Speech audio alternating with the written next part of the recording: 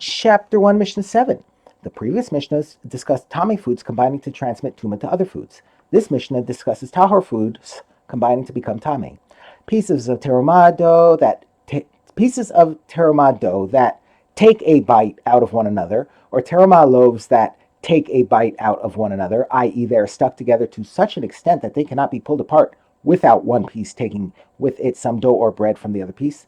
Their law in regard to Tuma is as follows. 1.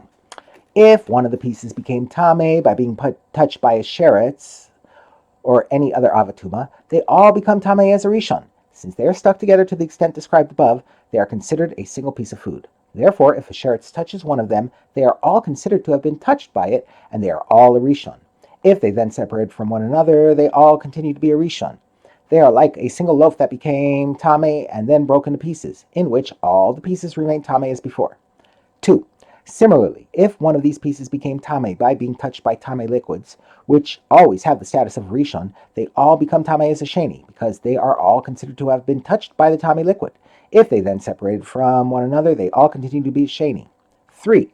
Similarly, if one of the pieces became Tame by being touched by unwashed hands, which have the status of a Sheni, they all become Tame as a Shlishi, because they are all considered to have been touched by the unwashed hands.